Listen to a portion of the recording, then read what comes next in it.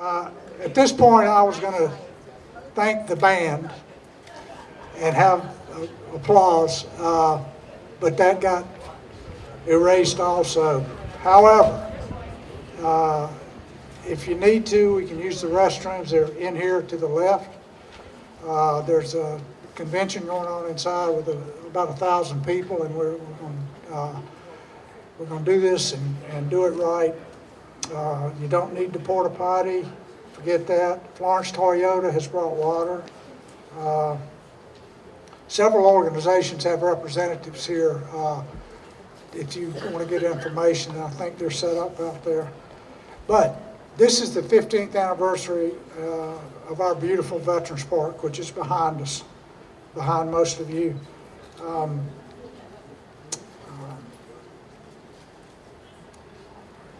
We've been gathering on the sacred grounds in the Veterans Park since 2008 to reflect on the history of our nation and honor all those who fought to defend it. Each Veterans Day, we've added names to our Wall of Honor, and we added the plaque was put up this week with 15 new names. I hope the rain holds off and you can visit the Wall of Honor and the new monument we're going to talk about later. We have 789 names now on our Wall of Honor of PD area veterans.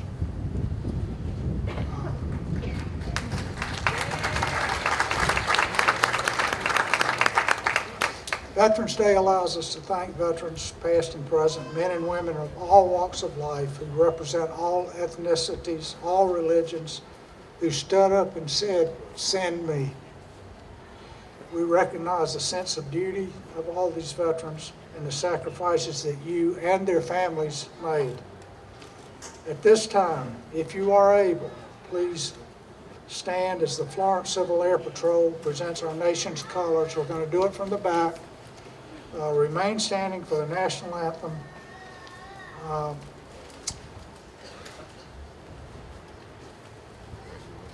Civil Air Patrol, present the colors.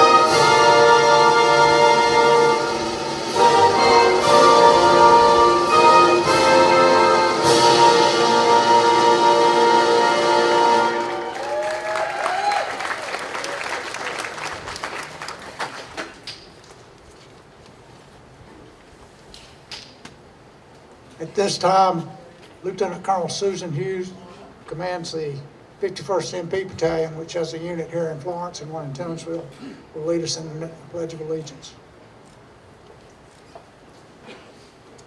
Please recite the pledge with me.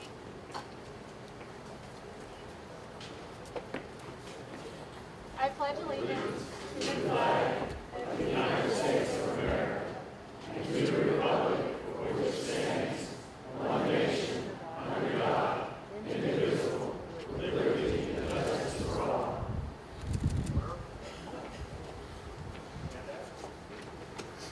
all. Go ahead and be seated. I know I got a call about 10 minutes ago that our chaplain is running a little late, ran into an accident, not involving her, but held her up getting here. So we'll insert the invocation when she arrives. Um, At this time, oh.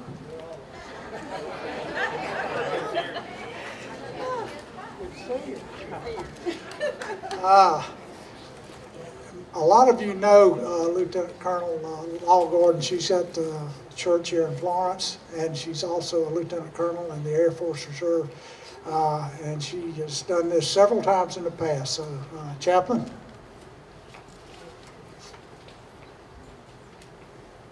Good morning. I would like to invite you to join me in a moment of prayer.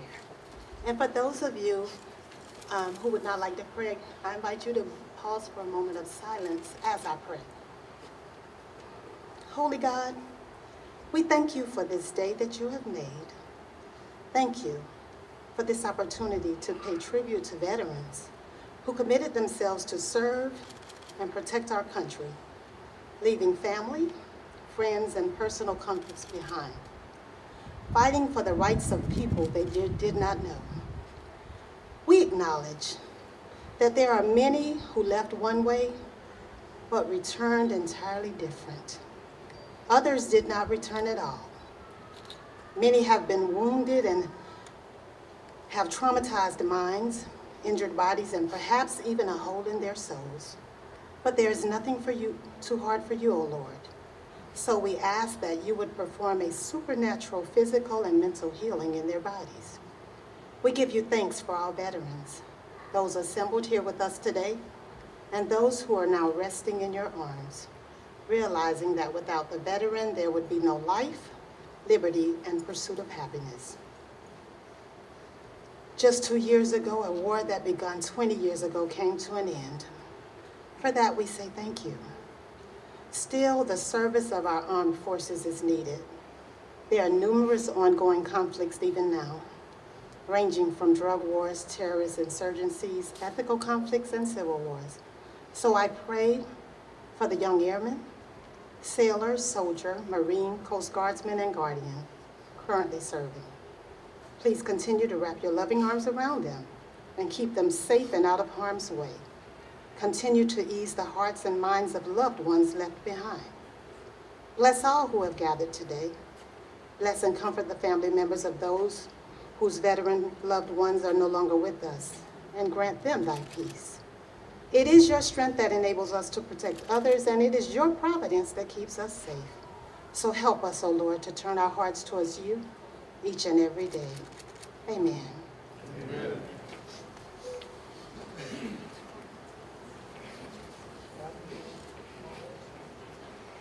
At this time, we're going to play the Armed Forces Medley. When your service song is being played, raise your hand, stand up, and it will commence right now.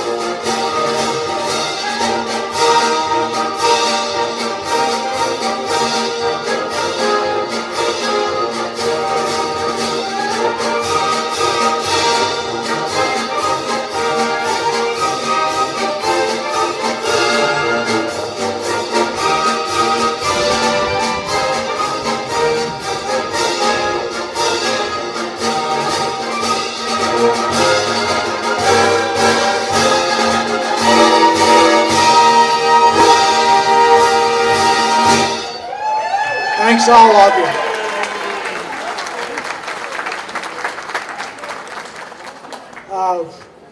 At this point in the program, I had a surprise for everybody. We're going to have F-16, C-17 fly over, but, you know,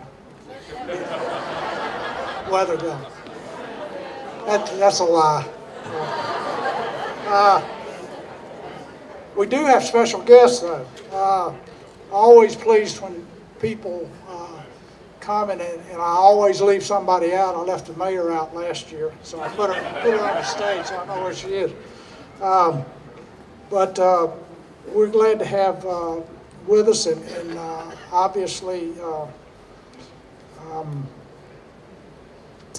I'm going to leave somebody out, but I know that we have members from the South Carolina Aeronautics Commission, Commissioner Chris Bethea, Commissioner/Colonel David Anderson, retired Army Ranger and Master Aviator, and Executive Director Gary Siegfried. Also with us today are members of the South Carolina Aviation Hall of Fame, and one is Lieutenant Colonel Bud Coward is here. He also goes by the nickname Wright Brothers Master Pilot. Jim Hamilton, right here in front, an Army aviator and paratrooper. Also former chairman of the Aeronautics Commission. So I'm glad to have you with us. Let me see, I wrote one down. Jade Berkeley is here from South Carolina Department of Veterans. And Rocky Gannon is here.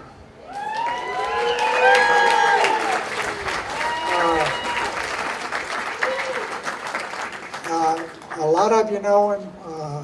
He's pretty much a legend around here, and he's probably the oldest person here today at 98 years of age. But the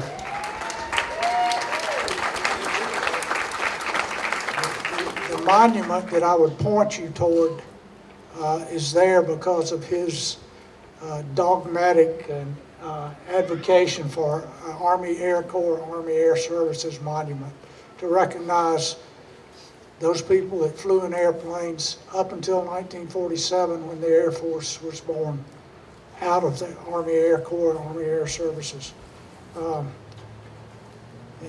Rocky served 37 years in the Air Force. It began at World War II. He was in Korea, Belgian Congo, and in Vietnam, where he recorded 370 combat missions. He was a charter member of the Veterans Park Committee when Mayor Frank Willis decided he wanted to build one and wanted some expert help. And he just remains to be an amazing person. We love you, Rocky.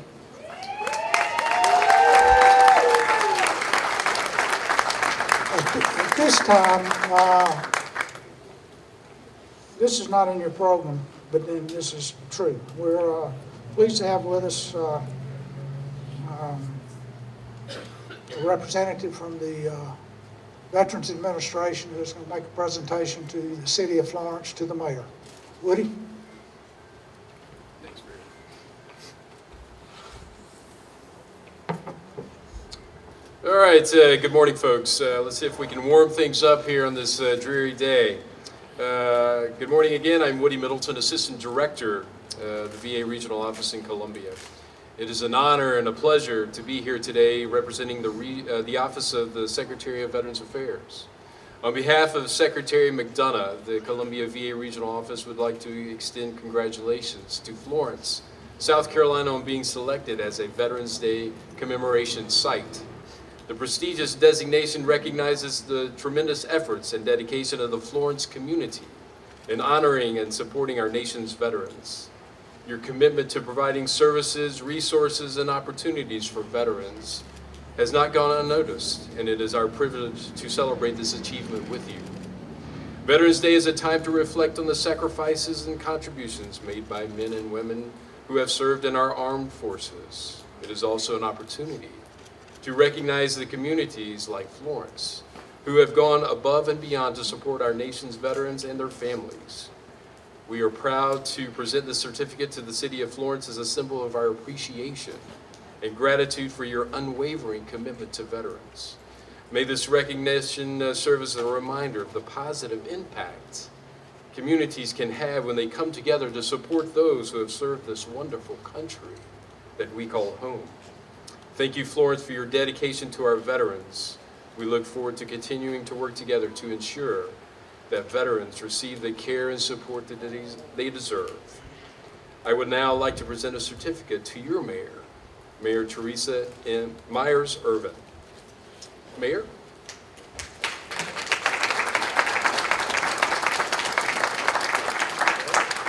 Congratulations once again on this well-deserved. Thank you. Cold hands, warm hearts.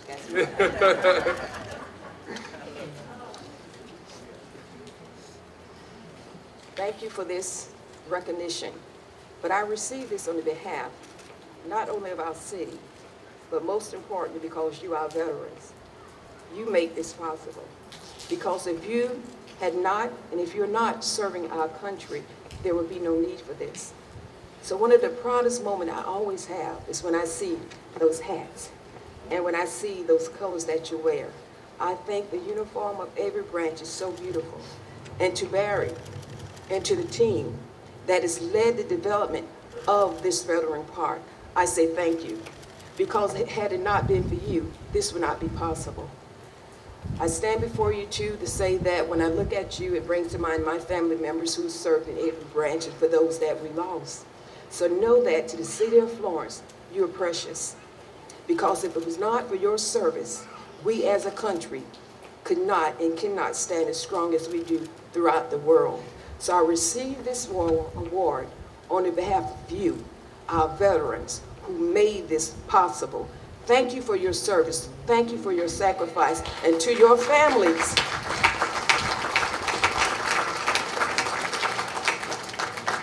I thank you families for when you send your children off to war, you lay down each night thinking about them and when they will return home.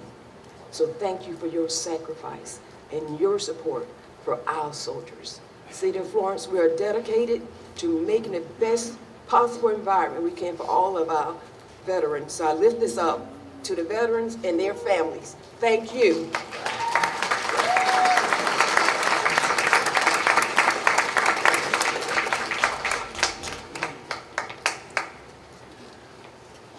Thank you, Mayor. Thank you, Woody.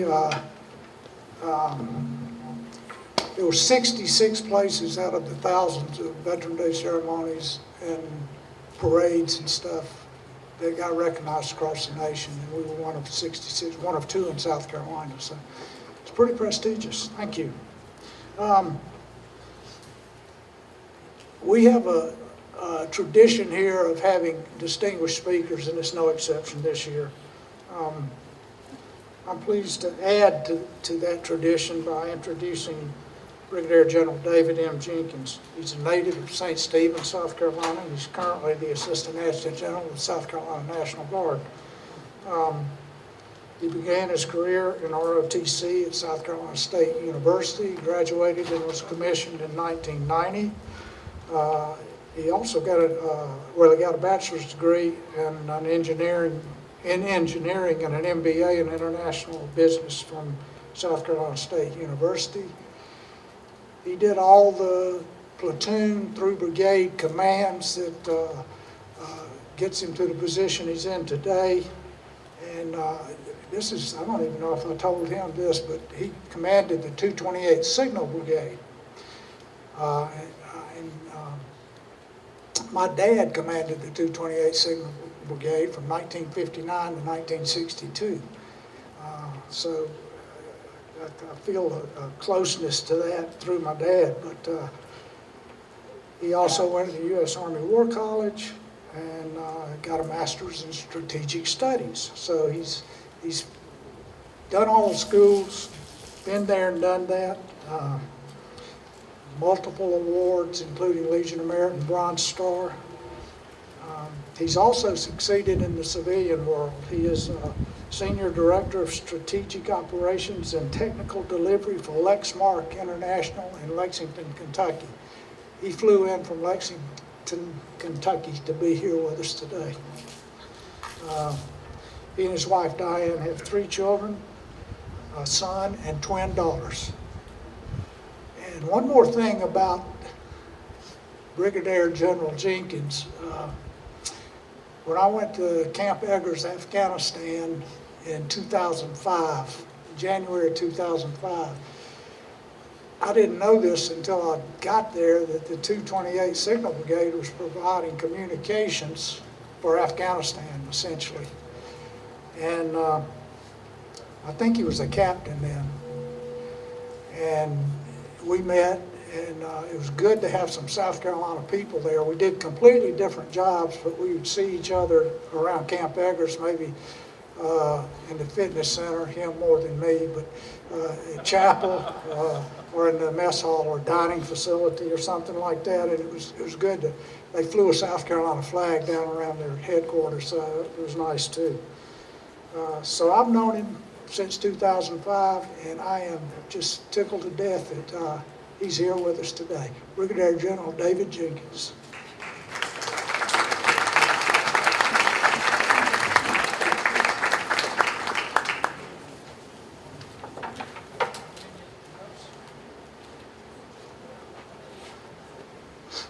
So, good morning.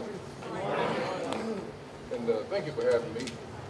You know, Barry was telling me that it hadn't rained here in over a month. And he assured me we would have great weather. But I reminded him this morning that this is apropos, because one of our cardinal principles in the armed forces is, if it's not raining, it's not training. So, but I'd like to thank all of you for being here in spite of the weather. Thank certainly our honored guests, and in particular our veterans. You are the reason why we're here. And I believe that you are the true heroes among us. And I seldom use the word hero because I believe it's oversubscribed in our society today. It's often used to describe someone who is in a negative situation, who find themselves in a unique situation where they perform a courageous act.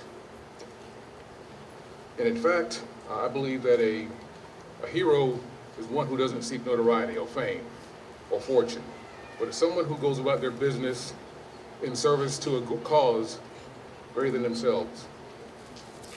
It's someone who would be willing to lay down their life in support of that cause. They don't really care who gets the credit. Their main purpose is to serve that cause.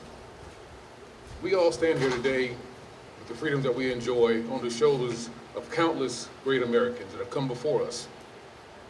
Many of them have given their last true devotion for our freedoms. Some of them have been recognized for their bravery and their sacrifice, but others, the names of whom we will never know. These, I believe, are the true heroes among us. No matter the branch of service, the era in which a veteran is served, or the length of time, I believe we have at least 3 things in common. We have a common purpose, we have a common commitment, and we have a common sense of selfless service. These are the 3 things that bind all veterans. I believe all veterans are required to live a purpose-driven life, one that aligns their actions, values, and goals with a larger sense of purpose and meaning, and to give themselves to a larger cause. They believe and understand that service to others is key, and they contribute to the well-being of others because they appreciate the value of the diversity of America. They believe in resiliency and determination that requires perseverance and the ability to overcome challenges, for they know that challenges will certainly confront them in their efforts to pursue their purpose and their cause. And ultimately, living a purpose-driven life leads to a deep sense of fulfillment and inner peace. And it's one you can't get by serving yourself only. The belief in the American experience. They believe that it's worth defending and the promise of liberty is worth fighting for. They acknowledge that the securities and the freedoms and the prosperity that we have as Americans, they aren't guaranteed, but they're the results of that 1% of our nation that decide that they're going to serve a purpose greater than themselves. Also, there's commitment.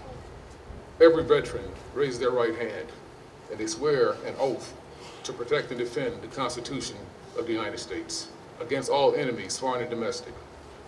They bear true faith and allegiance to that same purpose.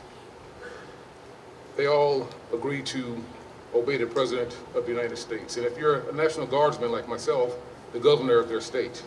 And we take this obligation freely, without any mental reservation or purpose of evasion. And we agree to well and faithfully discharge the duties of the office for which we were privileged to hold. So help us God. On Veterans Day, this day that represents the anniversary of the armistice ending World War I, we honor the sacrifice of our fallen veterans, those who put their lives on the line for our generation and for future generations of Americans to come. These men and women have served and defended our nation with courage, dedication, and selflessness, realizing that the risk was great, but the cause was greater. I also want to recognize those who've served beside these individuals who've given their last true measure, and those who have lost loved ones, those Gold Star families who are left behind. So if you would please join me in extending a warm round of applause to all of our Gold Star families.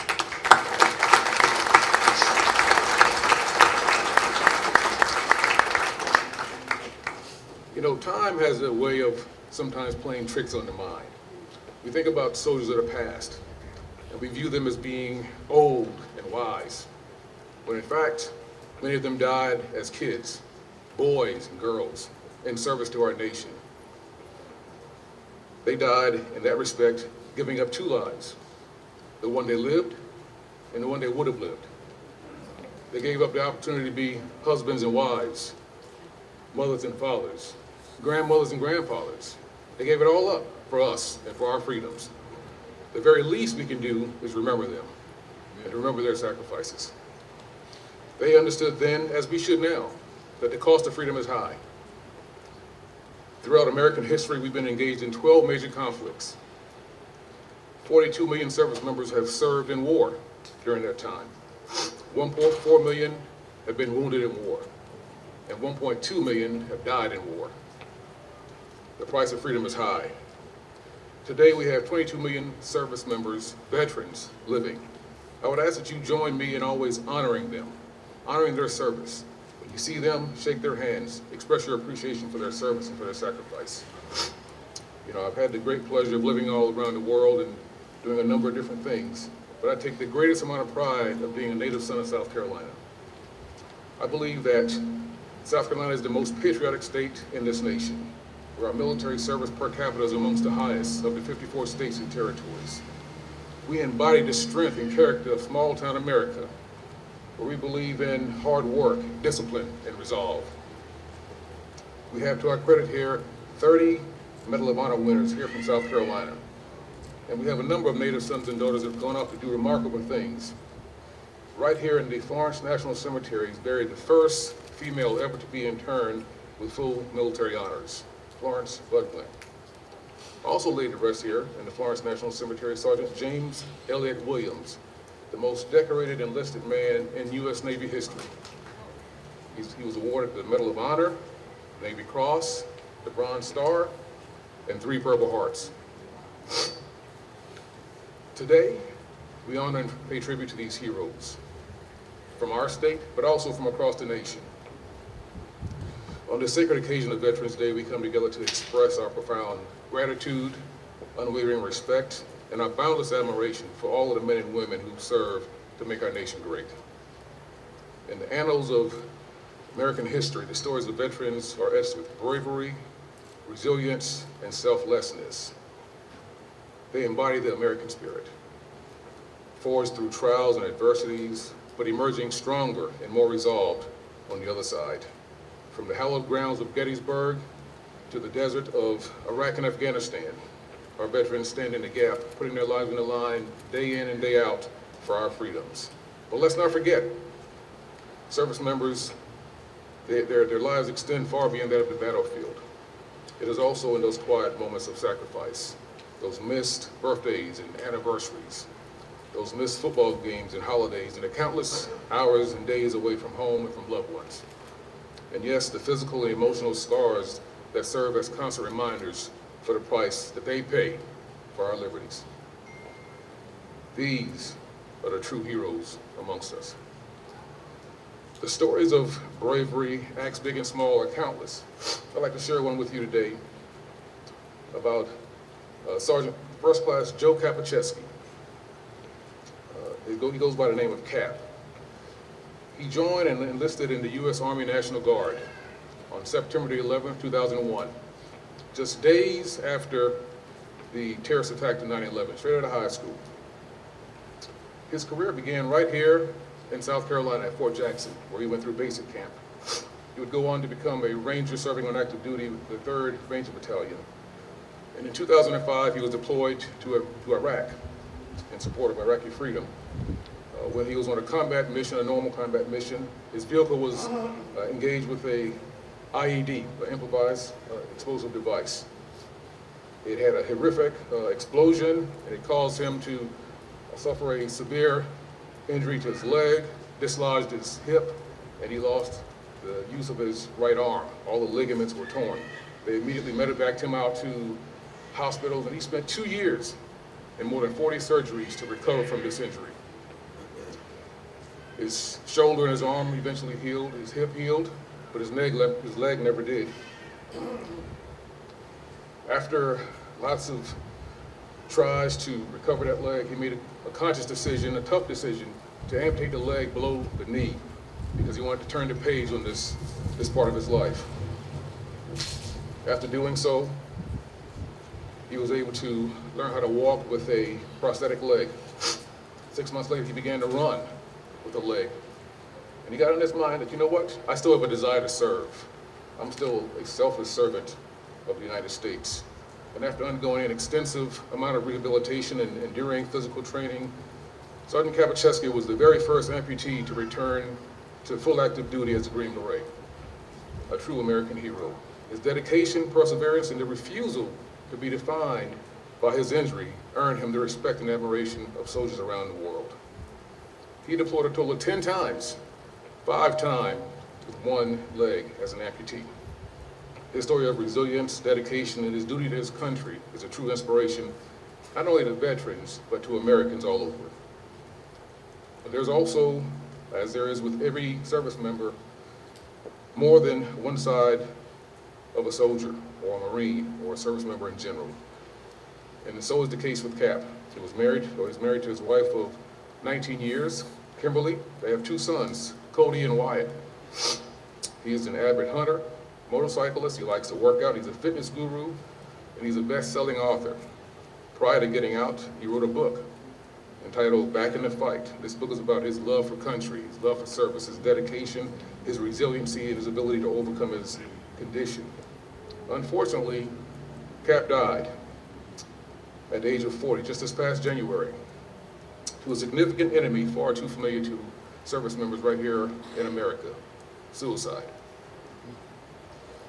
Many veterans struggle with mental health. Many struggle in silence. It is our obligation as a nation to prepare and equip service members to go and fight our wars, yes, but also to support them when they come back home. President Lincoln perhaps said it best: America's promise to care for the men and women of America who wear our nation's cloth is the most important obligation of our government and our society.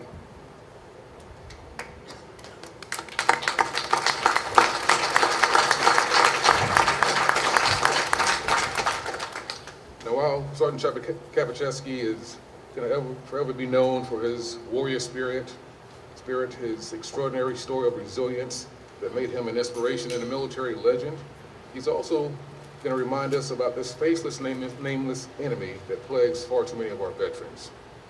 Many people don't know that between 20 and 24 veterans lose their lives every day due to suicide.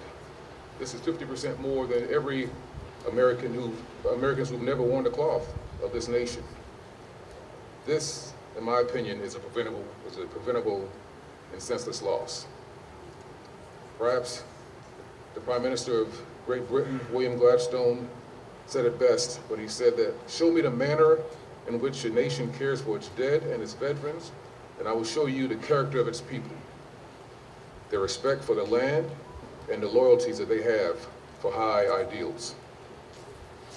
I take great pride in, again, being from South Carolina, and I stand in awe of all of the service members who have come before me. I see many of you out here, and I stand in awe of your service. You are the true heroes, the guardians of liberty, the champions of justice, and the embodiment of selfless service. So I ask that all you join me in thanking them for their solemn pledge to always serve our nation.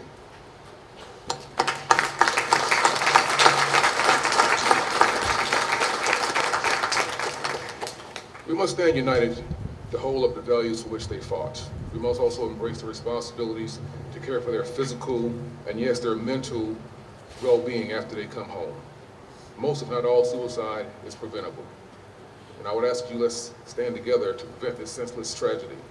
Our veterans deserve it, we owe it to them, and our nation will benefit from it. Thank you all again for having me here.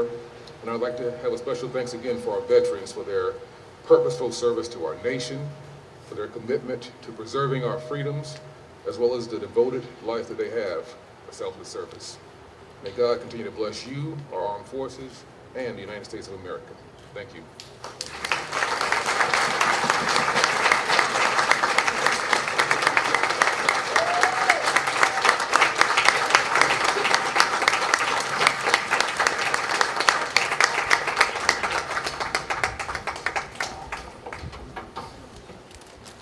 Thank you, General Jenkins. Very inspiring words. We really appreciate you coming here today. And on our wall of honor down here in the park, we have names of our local PD area veterans, and we made a facsimile of a plaque that I want to present to you for being here today. David M. Jenkins, Brigadier General, U.S. Army, Florence Veterans Park, November 11th, 2023. We may change it to Florence Center, but no.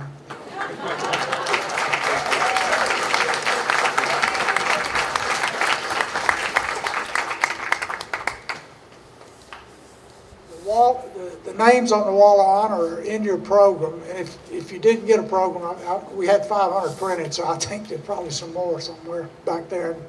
But the names of the people that were added this year are listed in the program. And also, in the back of the program, we have a list of people that helped make the monument possible. And I learned some things when we were trying to raise money, that there are some really generous people in this community. And there are some that show their generosity and don't want anybody to know about it. I just want you to know that when I put anonymous it's on the stone down there. If you visit the park, you'll read anonymous that I don't know, there's something about people that do things and don't want to get patted on the back in public. It just makes my heart feel good. And a couple of them are here today, so thank you. But there were a lot of other people that helped us, and they're listed here, and we really appreciate that support. Also, people that donate, we got porta potties. You don't need to use them, but everybody listed there. The ladies from First Reliance Bank came out and cleaned all the monuments. 2 days, 2 different days, and South Carolina National Guard has a vehicle up here if you want to go up there and talk to the soldiers about what it is and so forth. Printing companies, Texas Roadhouse was going to feed the band today, and I had the vouchers. I gave them the vouchers, but Chick-fil-A's feeding the color guard. I mean, it's the community coming out to help us, and I especially want to thank the media for being here. We really appreciate you covering the military and Veterans Affairs and helping us. Somebody that's not here, that's been here, I think every time we've done this, is Alex Palkovic. Alex is an internationally acclaimed sculptor who's done most of the stuff in the park in conjunction with Brown Memorial too. I saw Brian Oswald here. Brian designs, he's got monuments all over the southeast that he designed, and he's designed many of the ones in our park. But Alex, he's kind of getting a double whammy right now. Alex grew up in the Ukraine and still has friends and family in the Ukraine. He is in Israel and was unable to come this year. So we get him here next year, I hope. But anyway. And last, I want to thank the city of Florence and the Florence Center for giving us space, and the city set up for us at the last minute. Next year, November 11th is on a Monday. So we won't be, if we do have to move, there won't be a convention going on, I hope. But again, I want to thank everybody for coming. General Jenkins, Mayor Teresa, we just so proud to have y'all join us. I invite you, if you can, to go look at the monument, look at the Wall of Honor, look at all our other monuments, and I hope it gets a little warmer. But thank you for coming. One thing we did have right now, we were going to do for real, Mitchell Brantley was going to release 11 doves in 11, 11, 11. But they don't do that in the rain either. However, we are going to close, and I'm going to ask everybody to stand as the Veterans Honor Guard is going to perform taps.